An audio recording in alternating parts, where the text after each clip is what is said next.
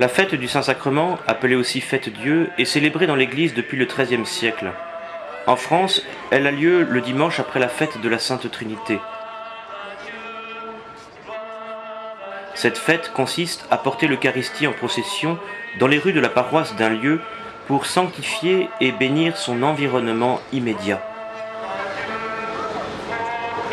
Lors de cette fête, l'ostensoir où repose la Sainte Hostie est porté sous un dais soutenu par 4 personnes et précédé de thuriféraires aux encensoirs incandescents et fumants.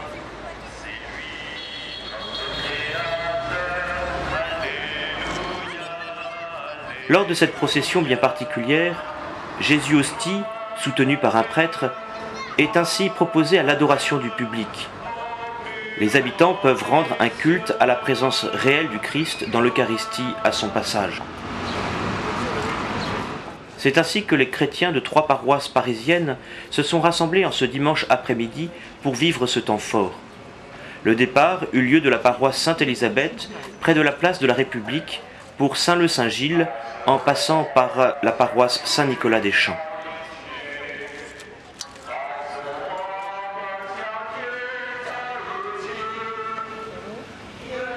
La communauté chinoise y était fortement représentée, mais on reconnaissait volontiers en tête du cortège les sœurs de Mère Teresa en sari blanc et liseré bleu, les membres des chevaliers de l'ordre de Malte par leur tenue noire, ou les trinitaires avec leurs grandes croix rouges et bleues brodées sur leurs habits religieux. Des membres de la communauté de l'Emmanuel marchaient également dans la foule anonyme et priante.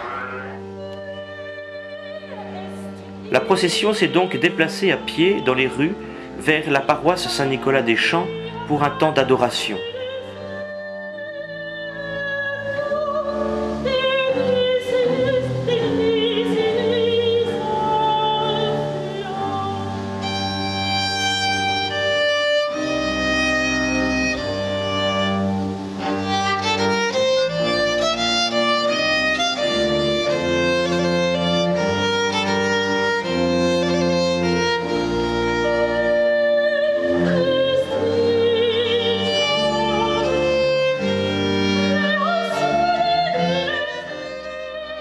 À l'intérieur de celle-ci, des interludes musicaux invitaient les fidèles au recueillement devant le Saint-Sacrement exposé sur l'autel.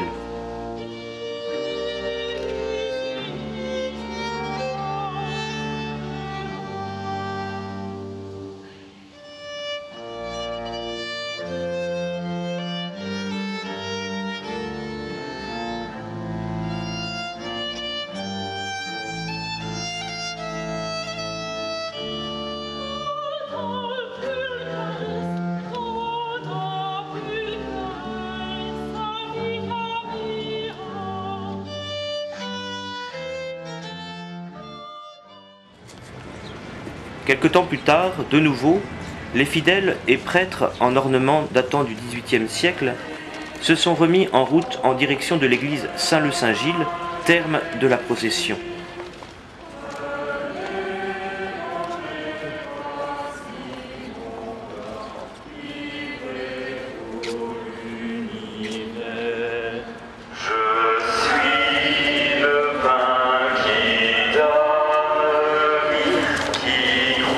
Là, au cœur du quartier Saint-Denis, où se côtoient bistrot et sex shop, au milieu de ce quartier tristement célèbre, le Christ est appelé à être connu, reconnu et aimé comme la source de miséricorde et d'amour qui a versé sa vie pour nos péchés.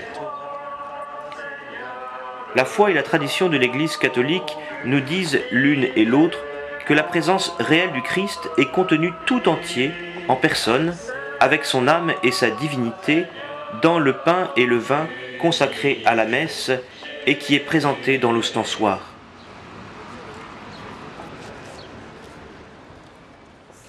Le chrétien sait qu'il a devant lui le Christ lui-même qui se présente à son adoration.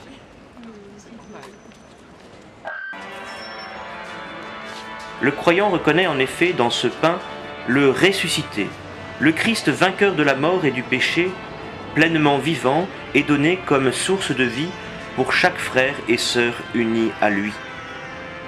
Il peut l'affirmer car il met toute sa confiance dans les paroles du Christ lui-même qu'il a dites lors de l'institution de l'Eucharistie le jeudi saint.